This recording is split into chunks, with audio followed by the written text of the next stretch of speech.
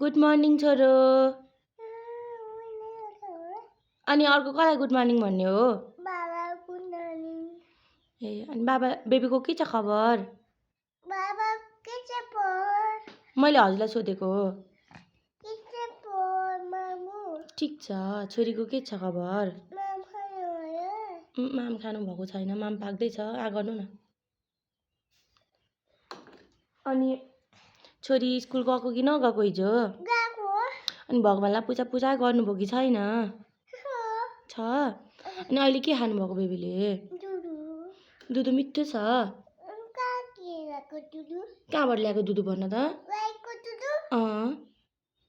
कहाँबाट लिएर आएको भन त?